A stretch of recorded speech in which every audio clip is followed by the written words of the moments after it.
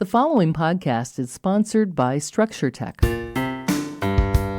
People wait until the beginning of the year to get their home on the market. Now, when does spring start in Minnesota?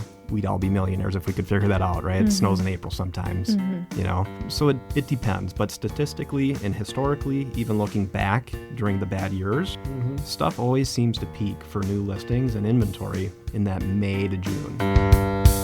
Welcome, everybody, to Structure Talk, a Structure Tech presentation. My name is Bill Ulrich, alongside Tessa Murray and Reuben Saltzman. On today's episode, we're again talking with Dan Sibinski from Keller Williams Classic Realty out of Blaine, Minnesota. We have Dan in studio, and through the magic of podcasting, episode 2 is right here. And we didn't get to the end of this pocket listing conversation, so we actually wanted to take a few minutes and kind of button this thing up. And then we're going to move into like a market update and talk about Minnesota's real estate market. Let's kind of get back to where we left off. Pocket listings. Again, these are listings where somebody comes in, they sign up with their agent kind of holds it back through a form, so it's all above board, totally legal, nothing improper about it. But what it does, it keeps some of that inventory that was available for everybody to view, makes it a little invisible. Yes. Fair statement? Right. Okay. Yeah, very fair statement. And that's how it was being viewed, I believe, by the MLS as well. Okay. If you think about it this way, you know, there's so many platforms just in general to look at homes. Well, realtors were out there trying to serve their clients, show homes, list homes.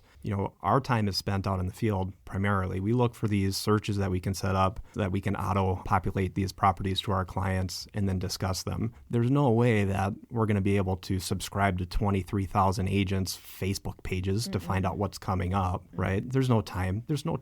So when you say we, are you talking about you as an individual real estate agent or a realtor because you're part of NAR, or are you talking about the MLS trying to police this? We, as in anybody, really, consumers as well. Gotcha. I mean, you start subscribing to 10, people get burnt out, it seems, after like 2 or 3. They always primarily settle to 1 or 2 to looking for properties. Yeah, I've got my favorites where I go just because You're used to the platform. Right, exactly. Yeah, so if you only have a certain number of people who are doing these withhelds that are actually plugging them into there, you're still seeing a dumbed-down version of the withheld list. Gotcha. A couple things to remember, too, is the numbers that I shared with you about all the withhelds that are happening. Yep. In all fairness, not all of them stay withheld, right? A good chunk of those do make it to the market eventually, but at what cost? Time to the consumer? You know, how was this listing being presented during that time?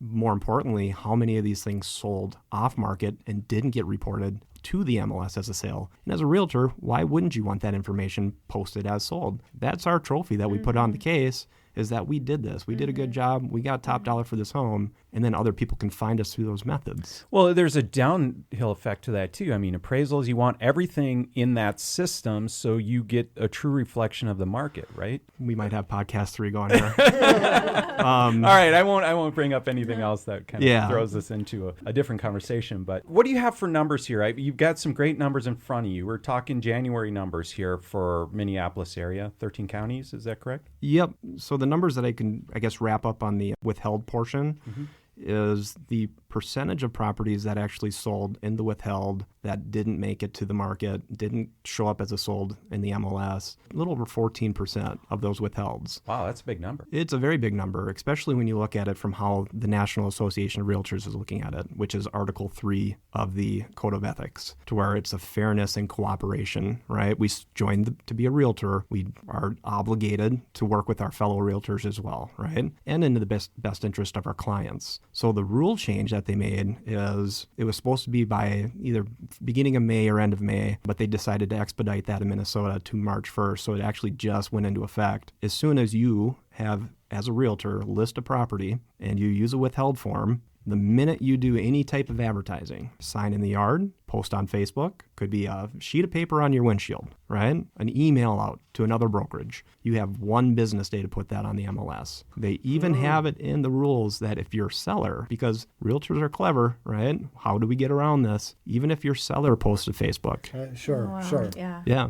And the fines start at $1,000 per violation and go up. Wow. When did that come into effect? March 1st. March 1st. Yeah. Wow. Things are going to change. Well, here's the thing, Hopefully. right? Yeah. Maybe. Our housing diet has changed. We should see inventory start to go up, right? Yeah. To a degree. It's still, if all of it went on the market, we're still starving for inventory. So this isn't going to level us out by any means. But it's going to change the way people advertise, because you'll see realtors post stuff on all these third-party websites on Fridays as coming soons or just listed. And then on Mondays, they'll hit the MLS. So they'll do their, grand opening stuff on the weekends. So that's going to change because Yeah. they don't have 2 days. They have 1 day, One business day. 1 business day. Yeah. So you can do your grand opening Sunday, and then by Monday you've got it up and you're within. You're compliant. Gotcha. So All right. the other thing, too, that they thought was going to help a couple years back is they added a coming soon feature to the MLS. And the rules to that is that you can put your home on the MLS and let everybody know it's coming. And you have 21 days to put it active on the MLS, which should be enough time to get your standard things done for prepping a home, right? You're going to see that field be used a lot more, too, here coming up. Okay. Yeah. I love gaming systems. Yeah? I think it's, well, I'm just joking. I mean, I think you give clever people, especially when there's $1 to be made, They'll figure things out, you know? So Yeah. policing this is going to be a challenge. Yeah, for So, sure. Yes. I'm looking at a little graph of the number of new listings here in the Twin Cities. And between like mid-February and the last week in February, the number of new listings was right around 2,000 per week. And it just kind of hovered right around there every week, 2,000, 2,000, 2,000. And then the first week in March, we jumped up to like 2,600. Like there's a big noticeable Yeah. jump right after you said that there was this change on March 1st where you couldn't do these pocket listings. Coincidence? No. And Okay. yes, that's Minnesota's heartbeat. Okay. Right? We're probably seeing a little bit more of an influx because of this change. But if you look at the natural pulse of the housing market in Minnesota, people wait until the beginning of the year to get their home on the market. Now, when does spring start in Minnesota? We'd all be millionaires if we could figure that out, right? It snows in April sometimes, you know? So it depends. But statistically and historically, even looking back during the bad years, stuff always seems to peak for new listings and inventory in that May to June. Yeah. You know, buyers follow that same footprint. Most of your contracts are written in May. Your pendings are typically capped out in May. June, July, those are really good closing months. You're still doing a lot of business, but then school starts, things start to downturn. Everybody who's came out to do their business, to purchase homes, has done it, like a vast majority. Then you got people looking for deals. The ones who lost out in the beginning of the year, they're still kind of around. But you'll see that the new listings drop. So does the movement on the homes. Days of market go up. So you look at a lot of the different indicators where your active listings are going to peak April, May, sometimes in June. Pending peaks typically May and June. Your closings are going to follow suit 30, 45 days after your pending. Days on market, you know, those peak. You have the most days on market in January because people who couldn't sell September, October, November, December, you know, now the new market starts, Parade of Homes comes around, and they're out. All right. We're going to go deeper into the numbers when we get back, but we have to step away for a quick second. You've been listening to Structure Talk, a Structure Tech presentation. Hey everybody, Bill Ulrich here with Structure Talk. Spring has sprung, we've turned our clocks forward, which means you should probably think about calling Daniel over at Cure Home Maintenance to get your dryer duct cleaned out. Once or twice a year, it never hurts to clean out these dryer ducts. They're one of the biggest causes of fires inside a home. Just look them up, Cure Home Maintenance. You can find them on the web at curehome.com.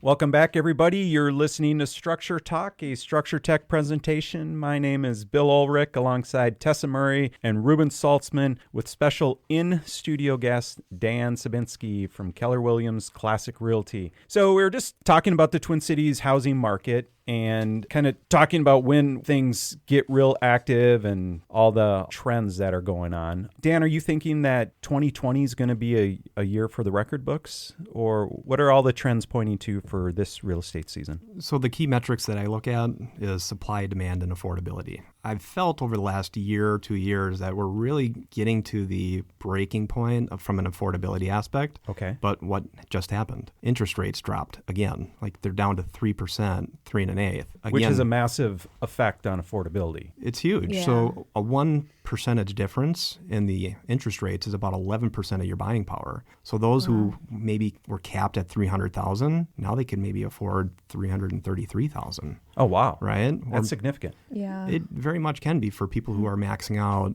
their checkbook, so to speak. But anybody in their comfort levels, either way, they've got their ceiling, and their ceiling moves to a higher level. So that's going to put more pressure, for buyers coming into the market and being more aggressive. Okay, so let's talk about that dynamic. So suddenly you have 10% more, 11% more buying power. I'm stumbling all around, but the number is 11% more buying power, Yeah. right? Well, we could say 5 or 6 for today's purposes because they dropped about a half a point, right? Okay, fine. So in that situation, who's got a little more leverage? The buyers? Yes, because they can afford more, but do sellers now in that group that's 350 to 450, are they suddenly going, well, my house is more affordable to these people than last week they were in a tier below. Now they're in my tier. So the best, I just read this. I can't quote the source, but I just read it. The best price range that's the movability factor has been the 350 to 5. So the more affordable that housing gets, really just the bigger buyer pools you have. Sure. And that's where it gets a little bit more frustrating for buyers. Okay. Because you just more competition. Yes. Then it's a pure supply demand thing, and you're paying a premium at that level. It's just a matter of how much of a premium. Right. That's where the appreciation's made, right? In the supply-driven markets where it's really low and you've got a lot of people going out there, everyone's pushing the bar, right? Everyone looks at the previous sale for sellers and go, well, my house is at least that, if not more, right? So maybe they get that offer. Then they have to appraise for the value. That's a whole nother conversation. But appraisers have check boxes that they go to, are you in a balanced market, a depreciating market, or an appreciating market? So there's some wiggle room in that, and that's where the appreciation is made, is once you make it past that appraisal stage. Gotcha. So, Reuben, you're a person who studies numbers. Oh, just a little. Not a lot. I say that in all seriousness. I'm not being facetious. But when these markets heat up, what does it do to Structure Tech's business? Well, that's an easy one. Our business follows the real estate market very closely. So, that is something that I do look at. I'm very interested in our market penetration. And we follow the number of pending sales compared to the number of home inspections we do to gauge how we're doing. If our inspections go up 10%, we're not going to start congratulating each other until we see what the market did. If the market went up 20%, well, we're lagging. Well, that's nothing to be happy about. All right. That's a long answer to your question. Here's a question that popped into my head. It's off topic, but what are you seeing for buyer perception, right? With the lower inventory, some of them just feel lucky to have their offer accepted. Based on the housing market when it was more balanced, like 2012, or when the buyers had the upper hand, when they were swimming in inventory, did you feel that they were more picky for repair requests and things like that back then and less likely now? Do you see any of that? Well, as inspectors, it shouldn't matter because you guys, the agents, are the ones doing all the negotiating. And when we're doing a home inspection, we should have no opinion about whether this is a good house for somebody or not. We need to stick to the facts and just explain to people what they're getting. I do think, though, that you probably get a sense for people's frustrations when a market is hot. If it's a buyer's market, I think they kind of, I don't know, you guys are with more buyers than I am. Well, anymore. so I've only been doing inspections with Structure Tech for like 4 years, but just in the last few years. That's a veteran. Yeah. I have noticed that in that lower bracket, first-time home buyers or whatnot, it does seem like over the last few years that people have gone through multiple, they've looked at multiple houses, they made multiple offers, they've lost out on several deals, and so they finally find one, right, and we're doing the inspection for it, and they're just so excited that their offer got accepted that they'll probably, take whatever. And I've also seen deals kind of also fall apart when a buyer does have a long list of things they want. And it might be that lower bracket, or it might be the next tier up, like 300 to 500,000, where a buyer has a lot of requests they want the seller to do, and the seller believes that it's a seller's market, and they don't want to deal with any of that, and they're not going to fix anything, and they tell the buyer no, and then the buyer walks away, and they look for the next buyer. I've seen that happen a lot too. Yeah, leverage is key in any situation, right? For a house in the 250 range, how many purchase agreements do you think a buyer's going to put through before they seal the deal? That answer is going to fluctuate, right? Because Is it on a pocket listing? not every buyer is the same, right? Sure. The urgency level could change, which is going to change the direction and how they're being addressed and spoken to by their real estate agent. Are they pulling comps, or is the agent just really price driven, trying to get them to max out? There's so many different things that are happening in real estate in the terms of the offer stage that it's kind of an uncontrollable answer. Okay. In the same respect, I would think it's going to be a lot. Sure. It's interesting for me. I think we talk as a team about keeping our opinions to ourselves, right? This is not our house. And I think we need to be really sensitive to a client's struggle to secure a home. And here's what happens. Everybody asks, well, what do you think of this? How do you feel about that? And it's like, would you buy this house? Right. I don't have that opinion, because if I dissuade you from this house, the next one you get might be worse. And now I didn't help you. If I had just stayed with the facts, told you what you were going to get, so your compass pointed true north, you knew exactly what you were walking into, that might still be the best house for you. Right. But if we go down on some like, oh, I'm going to be your father and I'm going to help you make the best decision, I might have just put you in a vice grips that you didn't want to be into. Yep. So I think we have to be really careful. Our industry has to understand what we do, which is educate people and just stick to the facts. I'm off my soapbox. We've worked really hard on that the last few years at our company, trying to stick to the facts and presenting as much information as we can, but in a way that's hopefully, I guess, we're not going for shock factor. We're just trying to explain the facts to people. Right. You can't control how people react to it either. I think people are just curious in general. How many times do these things come up in your world? A lot. Yeah, right? That's the answer. That's kind of where they want their comfort level. Do you see this a lot? Is this going to be an issue for me? I don't know. That's an interesting thing. Yeah, it is a used house after all, and you do run into a lot of things that are used house things. So doesn't make them bad, doesn't make them good. Houses just are. They just are. They're not bad. They're not good. They just are. They just need love like everybody else. All right, you've been listening to Structure Talk, a Structure Tech presentation. We're going to take a quick break, and we'll be right back to talk more real estate. Hello, everybody. Bill Ulrich here with Structure Talk. I just had a quick note here. One of the fun things about the podcast is we talk about little gadgets here. And one of the coolest little gadgets we've talked about on the show is the Sense Home Energy Monitoring System. This little gadget is something that an electrician can put inside of your electric service panel and provides you insight into your energy use and home activity through one of your devices, either through an iPhone, through an Android device, or through a web app. Check it out, sense.com. One of the coolest little gadgets you're going to find out there. Welcome back, everybody. You're listening to Structure Talk, a Structure Tech presentation. My name is Bill Ulrich with Tessa Murray and Reuben Saltzman and special guest Dan Sibinski from Keller Williams Classic Realty. So, Dan, I wanted you to lay out what a perfect 12-month scenario looks like for you. You have a house that somebody's going to list with you, and they're going to come to you in whatever month you tell me is the best place to start this journey. And then I want you to explain ideally what that process looks like so that you can get that seller top dollar for whatever house they have. Perfect. So if I've got 12 months to play with, right, and the seller, a complete trust fall. Aren't they all? To a degree.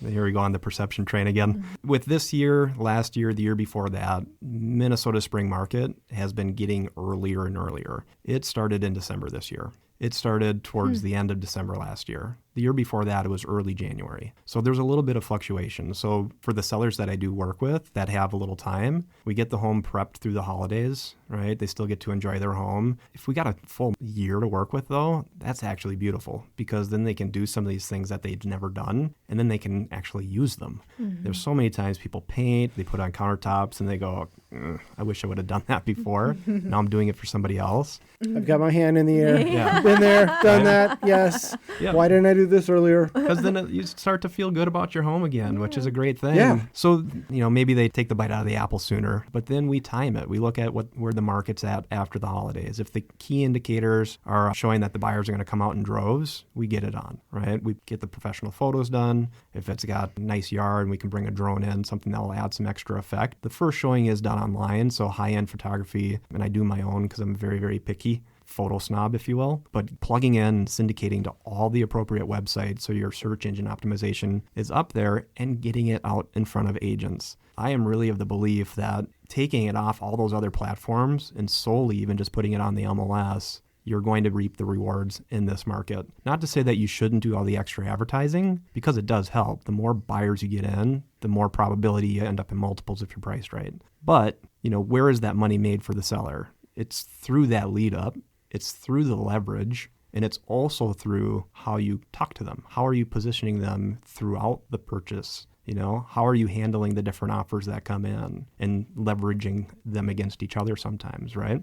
So there's so much that goes into the purchase and the sale part of it from a listing standpoint that, money is made in each one of those steps. And also a lot of frustrations had too if you don't have somebody who's able to walk you through it in a diligent format. How do you feel about what I call staging the home for an inspection? Maybe you guys have these kinds of conversations, I don't know, but we'll walk into houses that are beautifully staged, and there were things that we see and we're like, wow, they should have done this instead of that. I can't make anybody any money in real estate. That's not what I'm talking about. I'm just saying, like, to give a buyer confidence, a clean looking appliance means so much more than one that looks like they barely touched it in 15 years, right? So are you on board with that kind of stuff, or does that not matter in a real estate transaction? It does and it doesn't. So depending on what market we're in, right? The market that we're in right now, where we've got in the metro area 1.5 months worth of supply, and in the different price ranges, less and then sometimes more. When it's that bad, buyers concede more, right? So are we trying to get over a buyer hurdle, or are we trying to get past the appraisal hurdle? The inspection hurdle, typically you don't get banged up with, appliances and things like that. You'll have the age of them that will come up. And if you have a good agent on the list side, one that's going to walk through the home like they're a buyer's agent and say, this is what's going to come up. And that's where, again, Structure Tech has really helped me over the years, is I retain all that stuff. I like to be a Cliff Clavin of homes, so to speak, to where I can go, be prepared for this. I can offer 100% of my ideas to get your home ready, but that doesn't necessarily mean you're going to do all 100. Sure. But I would not be doing my duties to you by not sharing them with you, because I don't know your capabilities until I tell you. Gotcha. Right? And then we start leveraging from there. Okay. Wow. Real estate endlessly fascinates me. It's complicated. It's a game in a weird way, but real estate professionals should be the people conducting business. How many people are in the North Star MLS? How many members are there in the North Star MLS today? I thought about that number this morning to see about getting it. I want to say 23,000 plus agents in Minnesota, right? And if you think about, we're under 10,000 listings. I mean, there's a lot of hungry people out there. Yeah. And with that hunger comes with, again, it can't put the same blanket over everybody, but like in industry, there's people that are still learning, that want to do good. Right. Mistakes happen, and maybe there's people that shouldn't be doing what they do either. So Dan, do you think that has to do with part of the trend with the pocket listings that we saw how the trend has been going up, that more and more pocket listings have been happening over the last few years until now this year, where there's new legislation in place? Like, is that the game that realtors are playing, or like, why would that trend be there? Well, it's kind of a copycat league, right? Some people don't know why the withhelds are being used like they're being used, or they don't understand the ethics behind it and why you shouldn't be doing it, right? So it could be ignorance. Very maybe? Much so. Yeah. Right? I mean, again, I've heard some pretty nice arguments from agents who religiously like to do the withhelds. But at the end of the day, if they were to sell their property under the withheld, can you guarantee me that if you would have put it on the open market, because you're advertising it, right? It's not like you're not showing it to people. Could you have gotten more? You can't answer that. Right. Right? So now, does that mean the seller doesn't want to go that direction, that they were robbed of an opportunity? I don't know that either, but based on the numbers, you can all but be guaranteed that the right conversations aren't being had every time, and that people have been, I want to say taken advantage of, but robbed of an opportunity might be a better way to approach it. The board has a duty, even if it's just 10% of the people, we have to protect the consumers. We have to take measures. Have to do it. Yeah, you're back to that agency conversation that started way back years ago, where people had to understand who was representing who, and it had to get very clear because it got muddy. It was muddy for a while. Muddy and get muddier. The way I see it is, the reason why agents would do a withheld, and again, this is my opinion, is you're either looking to hog the transaction, right? Or you're looking to pick up buyers and then sell the property, right? But if you're looking to get the most amount of advertising, why would the MLS, where you have the most amount of agents that have visibility to this and their buyers that are pre-approved, why wouldn't you start putting it there? Why wouldn't you want to get everybody in at the same time to really drive that up?